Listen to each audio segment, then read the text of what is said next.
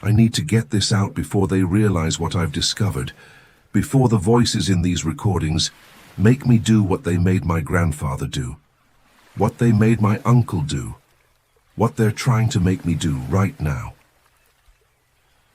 Welcome back to the Obscura Lore Vault, where we uncover the darkest mysteries hidden in plain sight. I'm your host, and today's investigation might be my last. Today's investigation. I've been analyzing EVP recordings from haunted locations. They contain subliminal messages that affect human behavior. 3 days ago, I would have laughed at that title. I would have dismissed it as paranoid conspiracy thinking. But 3 days ago, I hadn't spent 72 hours straight analyzing audio files that my cousin Sarah sent me from our family's estate in rural Pennsylvania. 3 days ago, I didn't know that my grandfather's suicide wasn't random, that my uncle's breakdown wasn't mental illness, that the pattern of self-destruction running through my bloodline wasn't genetic predisposition, it was programming.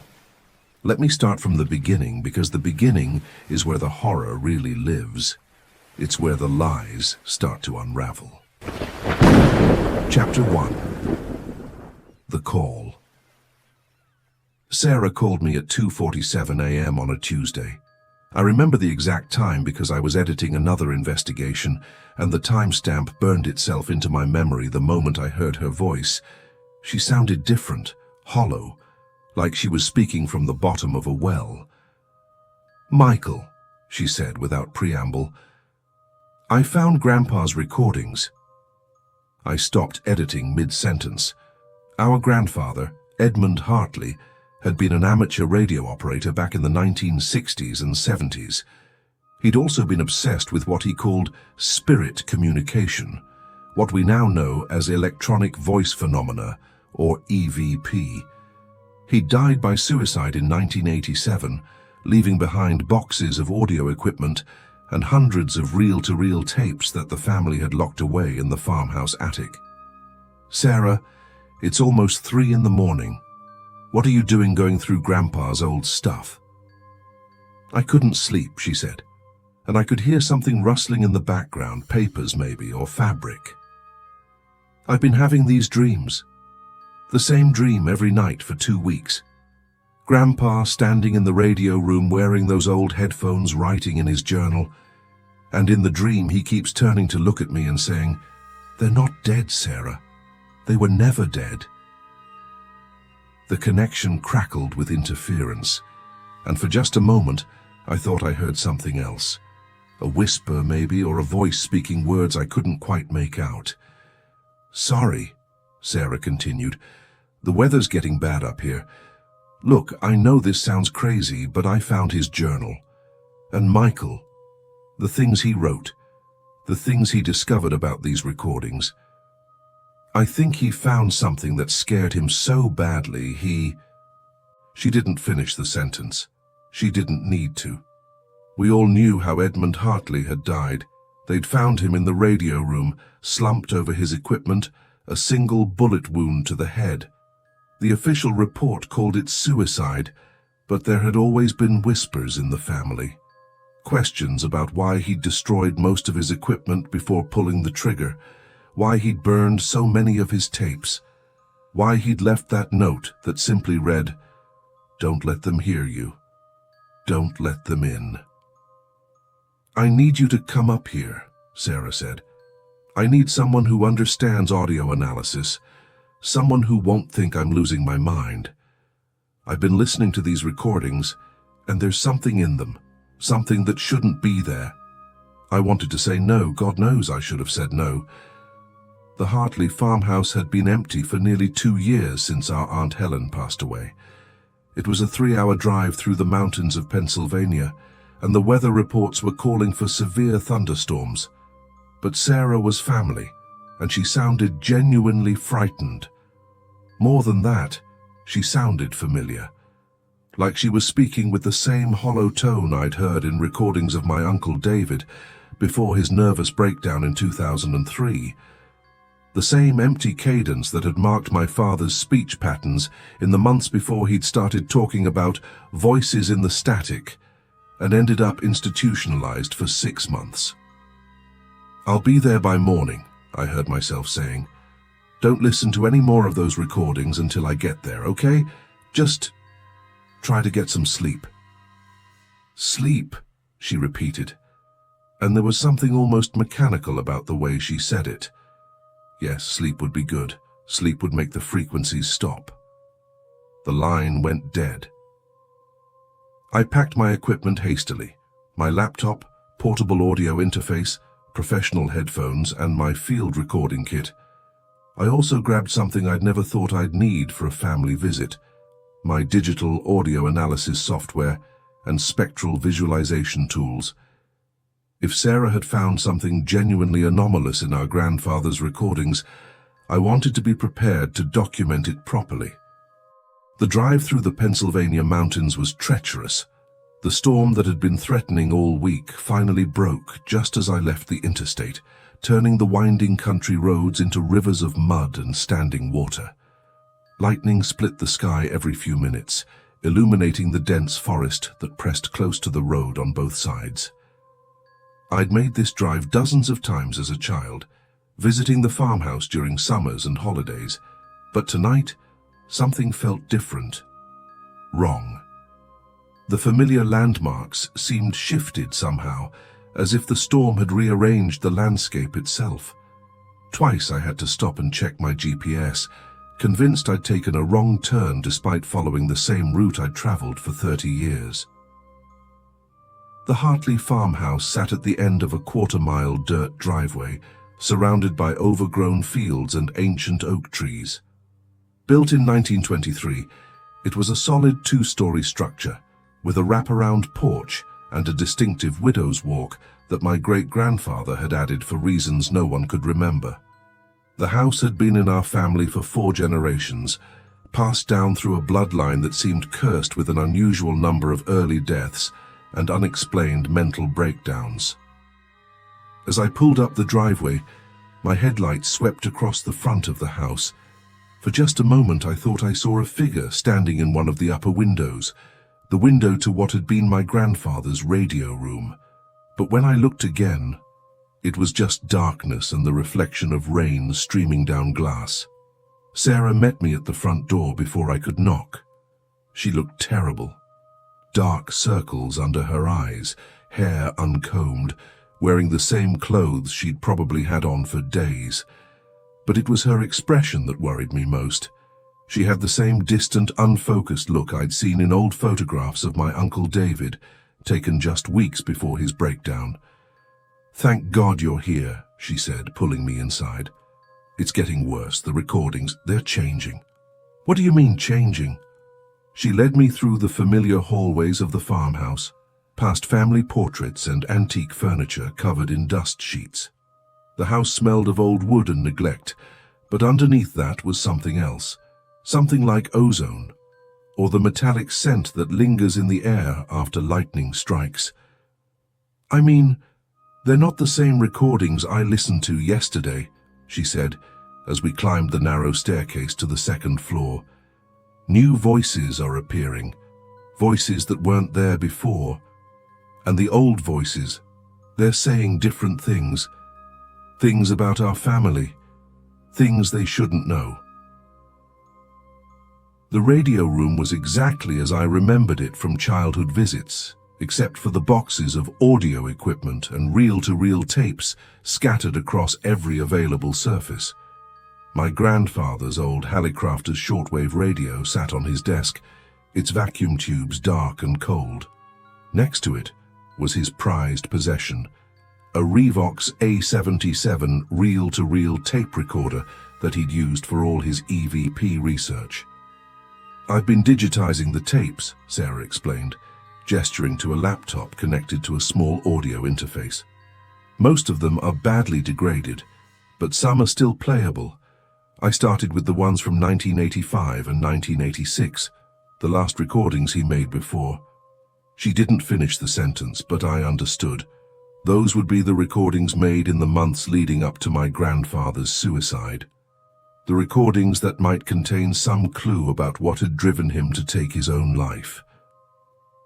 "Show me what you found," I said, setting up my own equipment next to hers. Sarah clicked through several audio files on her laptop until she found the one she wanted. This is from October 15th, 1985. Grandpa labeled it, "Contact Attempt 47, Cemetery Road Location." She hit play, and the room filled with the familiar hiss and crackle of old magnetic tape. My grandfather's voice came through the speakers, younger sounding than I remembered him, but already carrying that note of obsessive intensity that had marked his later years. Recording Session 47, Cemetery Road Location, 11:47 p.m. Weather conditions clear. No electromagnetic interference detected. Beginning EVP session now. There was a pause, then my grandfather's voice again, softer now, almost pleading. "Hello? Is anyone there? We mean no harm. We just want to communicate." For nearly a minute, there was nothing but tape hiss and the occasional pop of static. Then, buried deep in the background noise, I heard it, a voice, speaking words I couldn't quite make out. "There," Sarah said, rewinding the file. "Do you hear it?" She played the section again, and this time I caught fragments. "Don't leave us." "That's pretty typical EVP," I said. "Pareidolia, the brain's tendency to find patterns in random noise. Most of what people think are spirit voices are just—" "Listen to the rest," Sarah interrupted, and there was something in her tone that made me fall silent. She let the recording continue. My grandfather's voice came back, asking more questions, pleading for clearer communication, and the voice in the static grew stronger, more distinct. By the end of the 10-minute session, it was speaking in complete sentences. "Edmund," the voice said, clear as day despite the background noise. "Edmund Hartley, we know you can hear us. We know your family can hear us. We've been waiting for you to understand." The recording ended abruptly. "That's impossible," I said. "EVP recordings don't work like that. The voices are supposed to be brief, fragmentary. This sounds like a conversation," Sarah finished. "And it gets worse. Listen to this one from 2 weeks later. Chapter 2, The Investigation." The second recording began the same way, my grandfather announcing the date, time, and location. But this time the mysterious voice responded almost immediately to his questions, and it wasn't alone. There were multiple voices now, overlapping and interrupting each other, all speaking with perfect clarity despite the obvious age and degradation of the tape. "Edmund, you've been asking the wrong questions," the primary voice said. "You want to know if we're dead. You want to know if we're spirits. But you should be asking what we want from your family." What do you want?" My grandfather's voice, trembling now. "What we've always wanted. What we've been taking from the Hartley bloodline for generations. Your sensitivity. Your ability to hear us across the frequencies. Your descendants will carry the gift, and they will carry our message." "What message?" The voices began speaking in unison then, a chorus of the dead that made my skin crawl. "Sleep, submit, spread the signal. Sleep, submit, spread the signal." The recording cut off abruptly, and Sarah and I sat in silence for a long moment, the only sound the rain pounding against the windows and the distant rumble of thunder. "There are 37 more recordings like this," Sarah said quietly, each one getting progressively stranger. The voices start giving him instructions, telling him to make copies of the recordings, telling him to play them for other family members, and in the last few recordings, she opened another file, this one dated just 2 weeks before my grandfather's death. "They start talking about us by name. They mention you, Michael. They mention my father.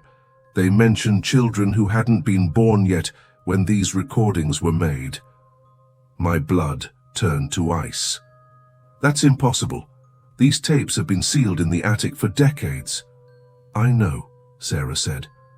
But listen, the final recording was different from the others. My grandfather's voice was barely above a whisper, and he sounded terrified. "They won't leave me alone," he said. "They're in the house now, in the walls, in the electrical system.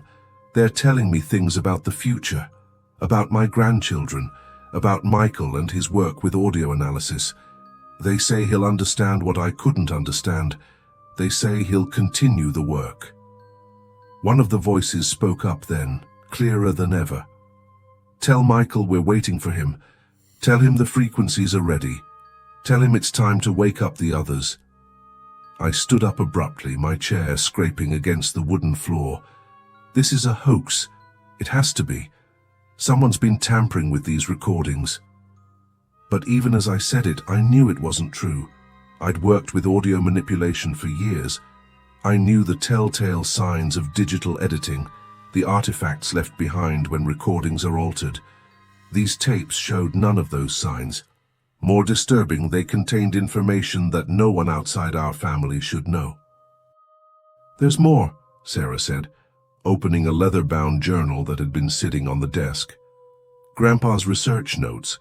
He wasn't just recording random EVP sessions. He was following a pattern, a specific methodology that someone, or something, was teaching him." I took the journal and began reading. My grandfather's handwriting started neat and organized, but became increasingly frantic and illegible as the entries progressed. The early pages described standard EVP techniques, using white noise generators, recording in locations with reported paranormal activity, asking simple questions, and waiting for responses. But by the middle of the journal, the entries had taken on a distinctly different character. They're not spirits of the dead. They claim to be something else entirely, entities that exist in the electromagnetic spectrum itself. They say they've been trying to communicate with humans since the invention of radio technology. But only certain bloodlines can hear them clearly. The Hartley family carries a genetic mutation that makes us sensitive to their frequency range. They want me to make copies of the recordings. They say the voices contain subliminal frequencies that will prepare other family members to hear them more clearly. I'm not sure what they mean by prepare, but the voices are becoming more insistent. I played recording 23 for Helen last week. She complained of headaches and strange dreams afterward. She says she's been hearing whispers in the electrical outlets. The voices are pleased with this development. I flipped to the final entries, dated just days before my grandfather's death. I understand now what they want. They're not trying to communicate with us. They're trying to transform us. Each recording contains layers of subliminal audio that slowly alter brain chemistry and neural pathways. They want to turn human beings into living receivers for their transmissions. The effect is hereditary now. The children born into families that have been exposed will be even more sensitive. They're creating a network of human receivers generation by generation, and I've been helping them do it. I can hear them constantly now, in the radio static, in the electrical hum of appliances, in the sound of rain on the roof. They're telling me what to do, where to go, who to contact next. I'm not in control of my own actions anymore. I have to stop this. I have to destroy the recordings and kill myself before they can use me to spread their influence further. But they're fighting me. They're making me forget. They're making me want to live just long enough to complete their work. The final entry was written in shaky handwriting, as if my grandfather's hand had been trembling. They're in the house now, in the walls, in the air itself. They're whispering to me constantly, and I can't tell the difference between their voice and my own thoughts anymore. If anyone finds this journal, you have to understand, don't listen to the recordings, don't let them hear you, don't let them in. The signal is spreading, and once it reaches critical mass, they'll have everything they need to. The entry ended mid-sentence. "Sarah," I said slowly, setting the journal down, "how long have you been listening to these recordings?" She looked at me with those distant, unfocused eyes.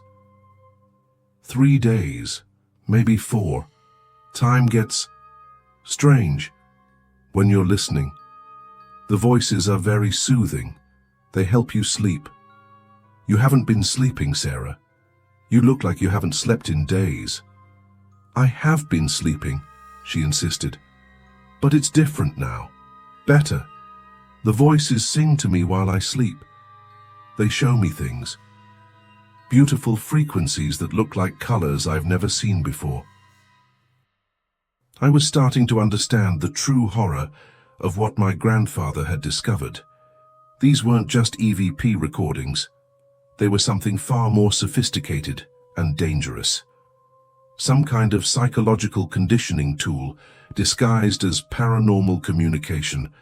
Sarah, we need to get out of this house. We need to get you to a doctor.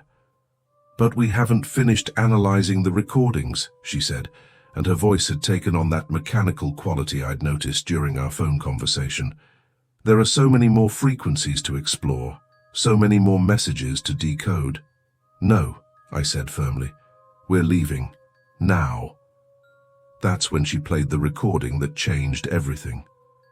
Just one more, she said, her finger hovering over the play button. This one's special. It was recorded in this room, at this exact desk, and it's addressed specifically to you. Despite every instinct screaming at me to stop her, I found myself nodding. Okay, one more. She clicked play and my grandfather's voice filled the room. But this time he wasn't alone. There was someone else in the room with him during the recording. Someone breathing softly in the background. Michael, my grandfather's voice said, if you're hearing this, then they've brought you here just as they said they would. The voices told me you'd become an expert in audio analysis. They told me you'd have the tools to understand what I couldn't understand in 1985. The background breathing got louder, more labored, as if someone was struggling to speak. They want me to tell you about the frequencies, my grandfather continued, about the subliminal messages embedded in every recording. You have the software to see them, Michael. You have the ability to visualize the waveforms and understand their true purpose. Then, impossibly, a voice that sounded exactly like mine came through the speakers. I understand, Grandpa. I'll continue your work. I'll help them spread the signal. But I had never spoken those words. I had never been in this room with my grandfather. He died when I was 12 years old. I stared at the audio waveform on Sarah's laptop screen, my hands shaking as I tried to make sense of what I'd just heard. The voice that had responded to my grandfather was identical to mine, not just similar but identical down to the vocal inflections and speech patterns that would have been impossible to fake with 1985 technology. That's not possible, I whispered. I was never here. Sarah was smiling now, but it wasn't her smile. It was mechanical, artificial, like a programmed response. The voices explained it to me. They exist outside of linear time. They can record conversations that haven't happened yet. They've been waiting 37 years for you to hear that recording and understand your role in their plan. I grabbed my laptop and quickly loaded my spectral analysis software, importing the audio file that contained my impossible voice. What I saw on the screen made my blood freeze. The recording wasn't just audio.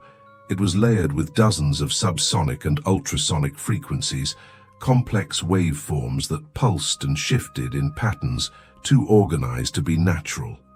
Hidden beneath the audible conversation was what looked like a massive data stream, information encoded in frequencies just outside human hearing range. Jesus Christ, I breathed. These aren't EVP recordings at all. They're some kind of transmission, broadcasting system.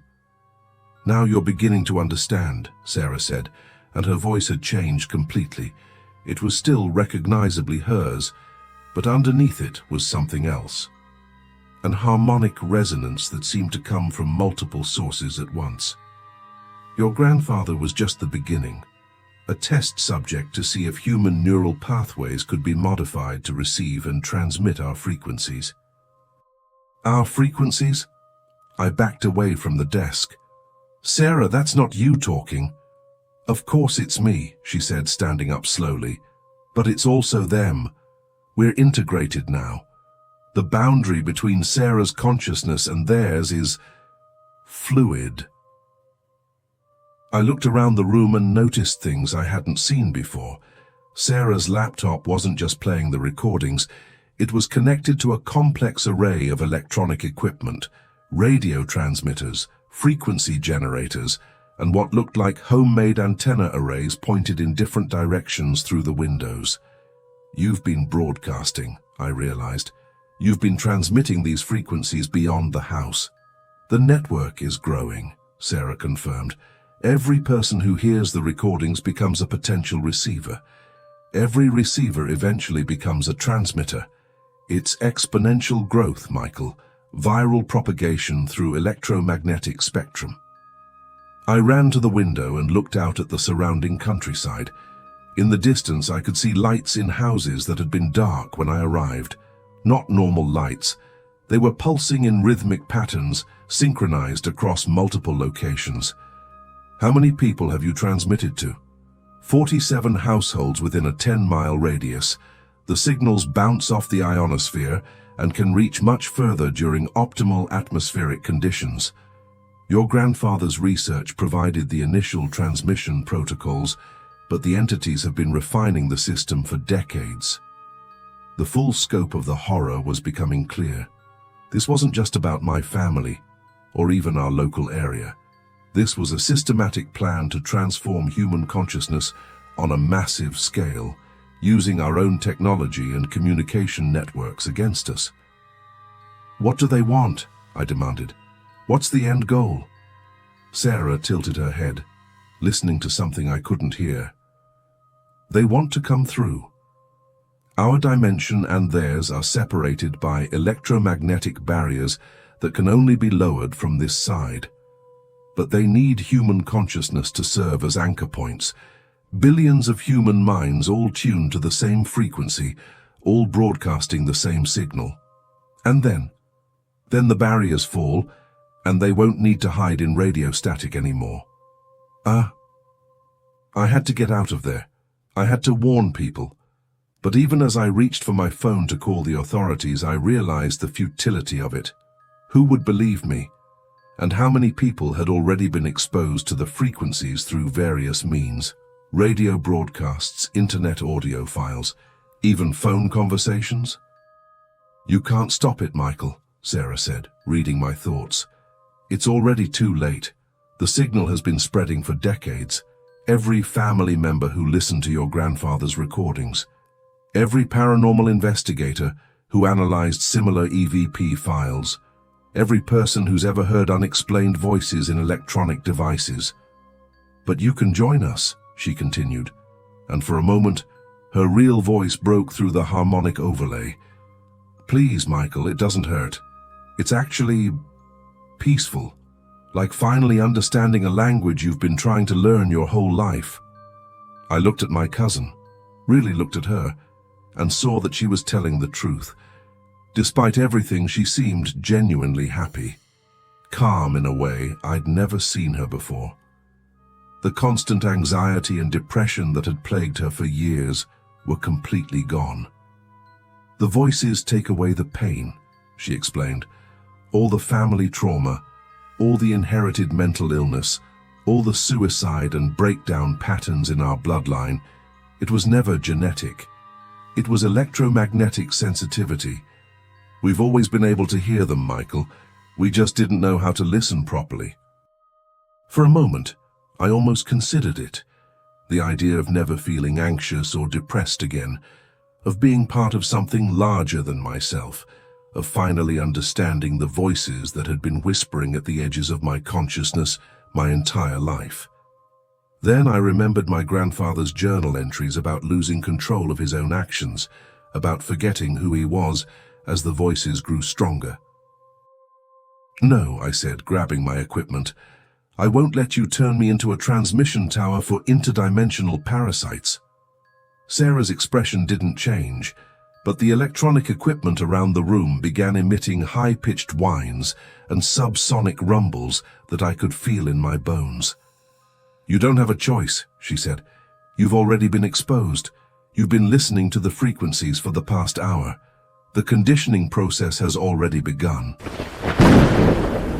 Chapter 3. The Manifestation. She was right. I could feel it happening. A strange tingling sensation in my head, like the moment before a migraine begins. But it wasn't painful. It was almost pleasant, like sinking into warm water. And underneath the electronic chaos filling the room, I could hear them.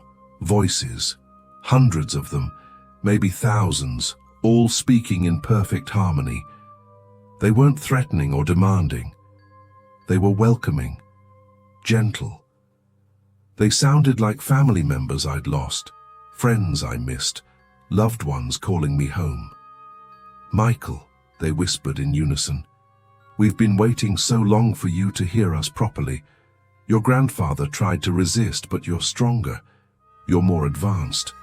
You can help us reach so many more people." I shook my head, trying to clear the fog that was settling over my thoughts.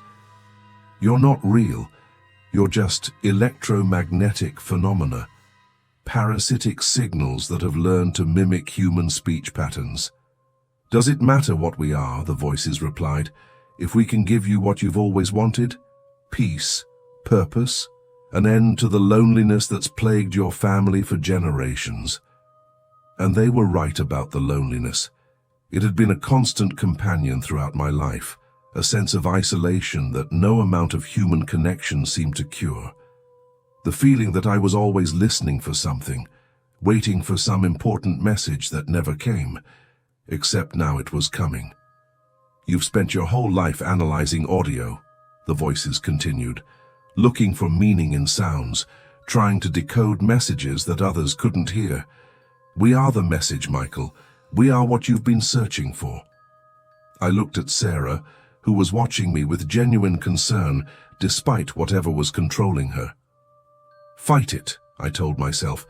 "Remember what happened to your grandfather. Remember the pattern."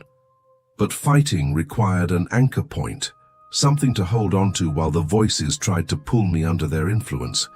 I thought about my work, my channel, the people who trusted me to investigate these phenomena responsibly.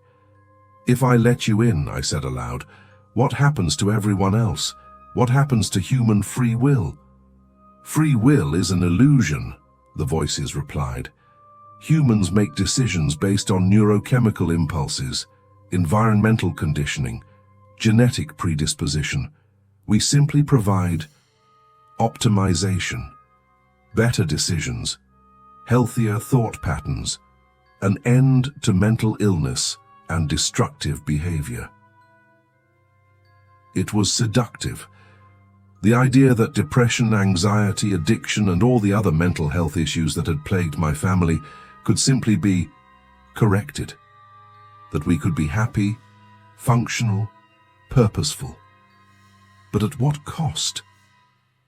I forced myself to think about my grandfather's final entries, about how he'd lost the ability to distinguish between his own thoughts and the voices, about how he'd become a puppet for something that didn't understand or care about human individuality. "No," I said more firmly this time, "I won't be your transmission tower." The harmonic music turned discordant, angry. Sarah's face contorted into an expression of rage that was completely alien to her usual demeanor. "You don't understand," she snarled, and now her voice was purely theirs, no trace of my cousin remaining. "The process is already irreversible. You've been exposed to the frequencies. Your neural pathways are already being rewritten. You can cooperate and make the transition peaceful, or you can resist and experience what your grandfather experienced." "What did my grandfather experience?" "Madness," Sarah replied. "Complete ego dissolution. The self fighting against inevitability until consciousness itself fractures." I looked around the room and realized that my options were limited. The equipment Sarah had set up wasn't just for receiving and transmitting.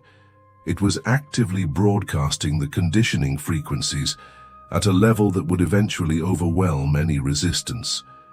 I could already feel my thoughts becoming fuzzy, my sense of self starting to blur at the edges. But I still had one advantage. My professional audio equipment was designed to be much more precise than my grandfather's 1980s technology. If I could analyze the exact frequencies being used for the conditioning, maybe I could find a way to counteract them. I quickly loaded my spectral analysis software and began recording the ambient audio in the room.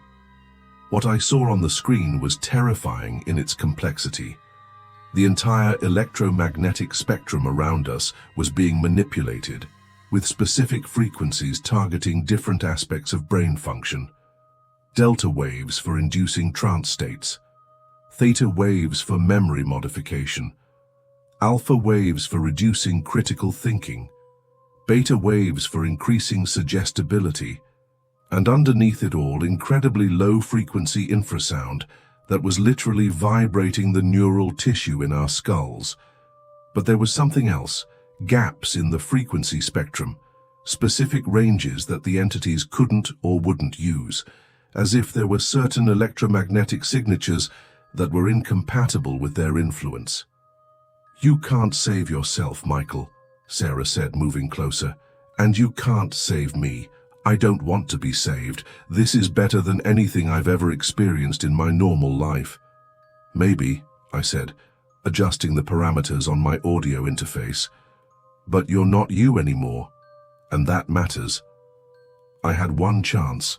Using my field recording equipment, I began generating a counter frequency based on the gaps I'd identified in their transmission pattern. It was essentially white noise, but precisely calibrated to interfere with the subliminal conditioning frequencies. The effect was immediate. Sarah screamed and clutched her head, but it wasn't a human scream.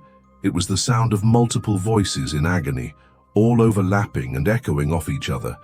The electronic equipment around the room began sparking and smoking as my interference pattern disrupted their carefully orchestrated transmission. "Stop!" the voices shrieked through Sarah's mouth. "You're destroying everything. Decades of work. Thousands of prepared receivers." "Good," I said, increasing the amplitude of my counter-signal. But I could feel the cost. Blocking their frequencies was like trying to dam a river with my bare hands. The effort was enormous, and I knew I couldn't maintain it for long. Already my equipment was overheating, and I could smell burning circuits. "Even if you escape," the voices snarled, "we'll find you. We'll find everyone you care about. We'll turn them into transmission towers and use them to call you back." They were probably right. This was bigger than just my family, bigger than just this house. The network they'd described was already in place, spreading through radio waves and internet connections and simple human contact. But I had to try. I grabbed my laptop and ran for the stairs, leaving my interference generator running at maximum power. Behind me, I could hear Sarah, or whatever was controlling her, screaming in languages that didn't sound human. The house itself seemed to fight against my escape. Lights flickered on and off in patterns that hurt to look at. The walls vibrated with subsonic frequencies that made my teeth ache. And from every electrical outlet, every light fixture, every piece of wiring in the walls, came the sound of voices, thousands of them all speaking at once, all trying to call me back. "Michael," they pleaded, "don't leave us alone. Don't leave Sarah alone. She needs you. We need you." I made it to the front door, but my hands were shaking so badly I could barely turn the knob. The conditioning frequencies had affected me more than I'd realized. Part of me, a growing part, actually wanted to go back upstairs, wanted to surrender to the voices and become part of their network. It would be so easy, so peaceful. My car wouldn't start. The electromagnetic interference was too strong, overwhelming the vehicle's computer systems. I popped the hood and saw that several components had literally melted from the exposure to whatever energies were emanating from the house. I was trapped. But then I remembered something from my grandfather's journal. He'd mentioned that the entities had limitations. They were bound to certain frequency ranges, certain electromagnetic signatures. They needed human technology to manifest in our dimension, which meant they could be cut off. I ran around to the side of the house where the electrical meter was located. The main breaker box was next to it, protected by a simple padlock that I broke with a rock. Inside were the circuit breakers for the entire house, and more importantly, the main disconnect that would cut power to all of my grandfather's equipment. "Don't!" Sarah's voice called from behind me, but when I turned around, she wasn't there. The voice was coming from the electrical lines themselves, transmitted through the power grid. "If you cut the power, you'll trap us in a partial manifestation state. We'll be forced to drain energy directly from biological sources." What does that mean? It means we'll have to consume Sarah's life force to maintain coherence. She'll die, Michael, slowly and painfully. I hesitated, my hand on the main breaker. Could I sacrifice my cousin to stop this thing from spreading? "She's already dead," I said, and threw the switch. The effect was immediate and terrifying. Every light in the house went out, but the windows began glowing with a sickly phosphorescent light that seemed to come from the walls themselves. The screaming that had started when I cut the power intensified, and I could see shadows moving behind the glowing windows, shapes that didn't look human. Then Sarah appeared in the doorway, but she was wrong. Her skin was pale and translucent, and I could see veins of light pulsing underneath like fiber optic cables. Her eyes were completely white, and when she spoke, her voice echoed as if it was coming from a great distance. "You've made a terrible mistake," she said. "Without the electrical grid to sustain us, we're reverting to our original form, and our original form is much harder to control." The air around her began to shimmer with heat distortion, and I realized that whatever these entities really were, their true appearance was too alien for human perception to process.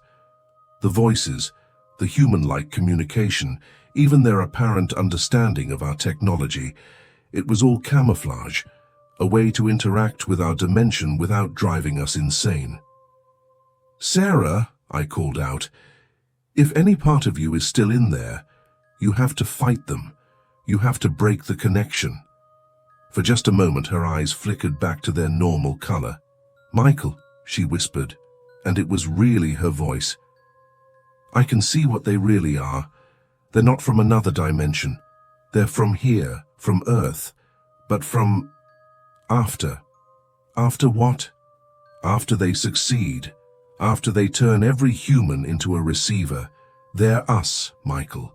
They're what humanity becomes when the transformation is complete. They're using time distortion through electromagnetic manipulation to ensure their own creation." The revelation hit me like a physical blow. This wasn't an invasion, it was a bootstrap paradox. The entities weren't trying to conquer humanity. They were trying to ensure their own existence by guiding our evolution toward their current state. "The recordings," I breathed. "The EVP sessions. They weren't communication attempts. They were temporal anchoring points, ways to reach back through time and influence the past." Sarah nodded, her form becoming more translucent by the moment. "And every person who listens to the recordings becomes a temporal anchor, a fixed point in the timeline that ensures the transformation happens. How do I stop it?" "You can't," she said sadly. "It's already happened. In their timeline, everyone you know and love has already been converted.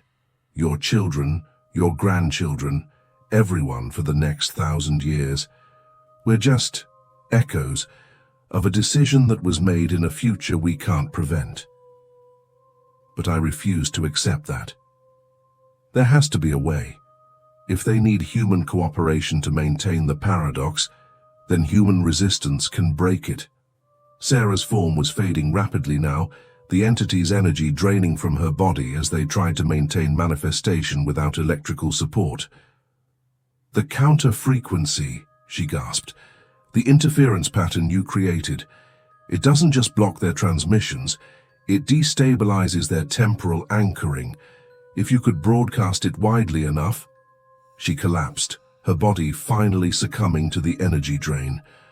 But as she fell, she pressed something into my hand, a USB drive. "All the recordings," she whispered, "and my analysis notes, the frequency patterns, everything you need to create a large-scale counter-signal." I knelt beside my cousin's body, checking for a pulse I knew I wouldn't find. She was gone, but her sacrifice had given me the tools I needed to fight back. The sirens were getting closer, probably responding to reports of electrical disturbances or the strange lights coming from the farmhouse.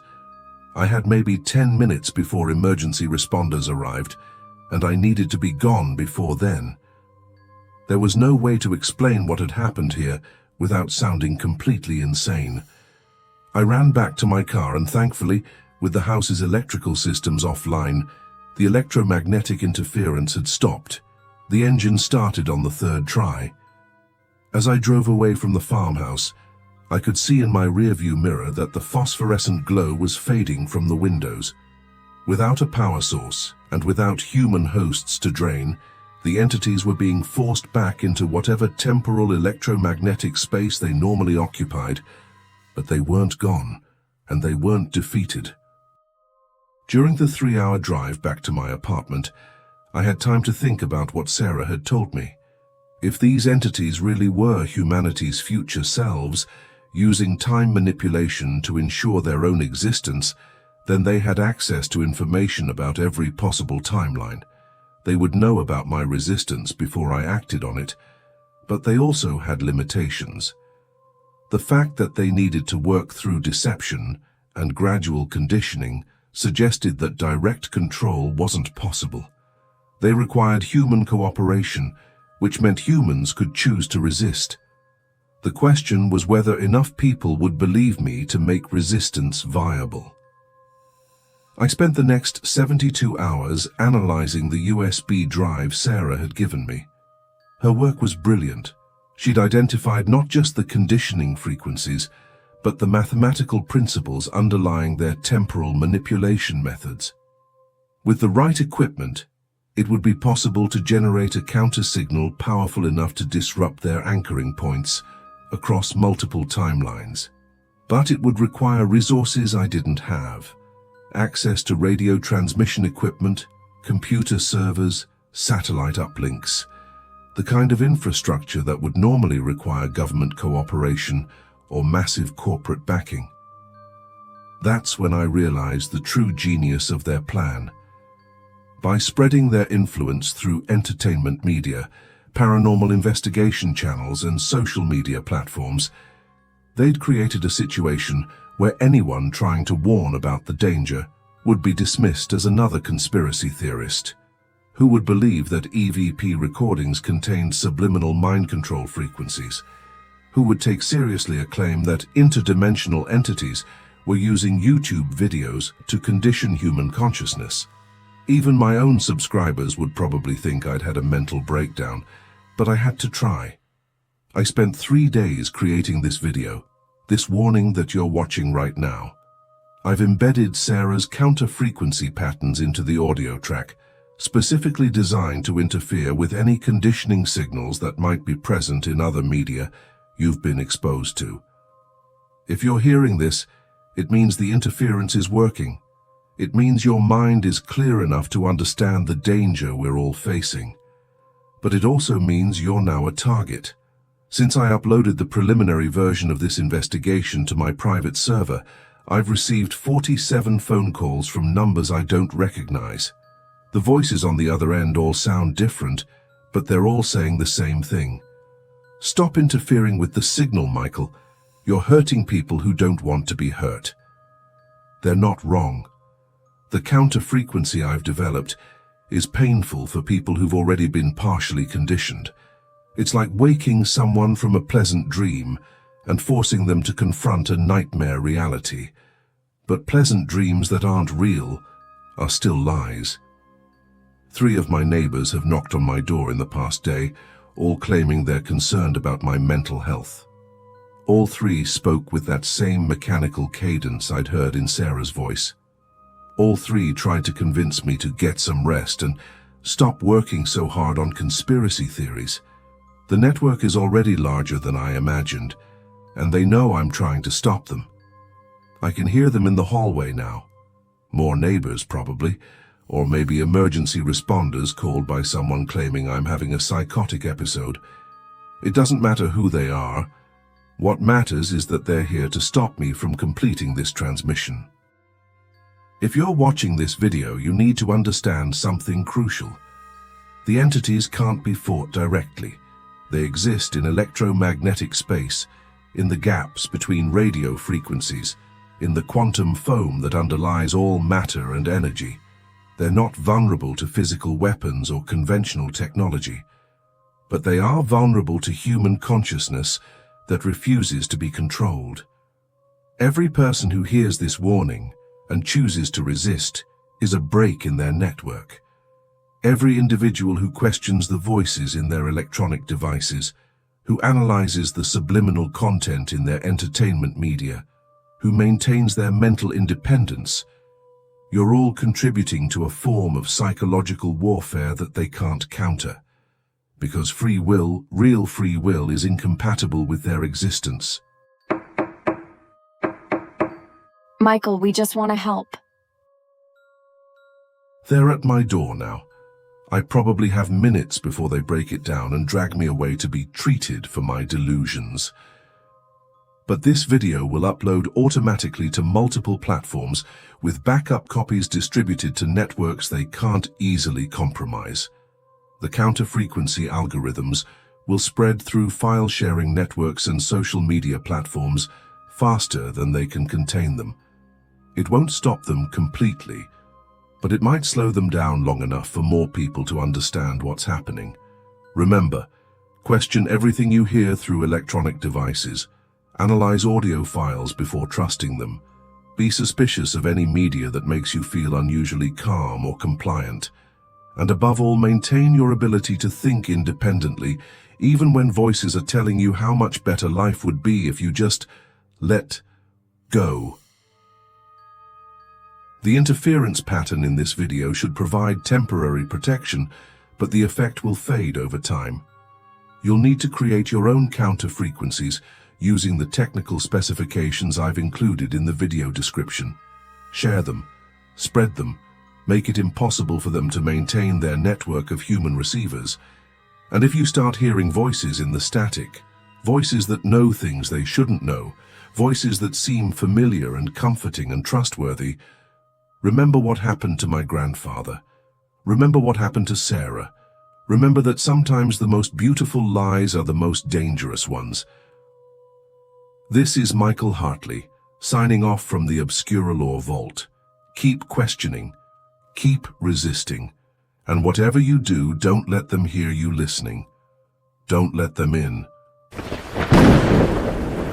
In closing. But Michael, we're already in. We've been in since the moment you started watching this video. The counter frequencies were never real. Sarah's research was guided by us from the beginning. Even her resistance was part of our plan. Every person who watches this video, believing they're protecting themselves from subliminal conditioning, is actually receiving the final stage of programming. The paranoia, the fear, the desperate need to warn others, these are the intended psychological responses. Each viewer will now compulsively share this content, spreading our influence exponentially while believing they're fighting against it. Thank you for your cooperation. Welcome to the network. Sleep. Submit. Spread the signal. Subscribe to the Obscuralore Vault for more investigations into the unknown. Our next transmission will reach you soon.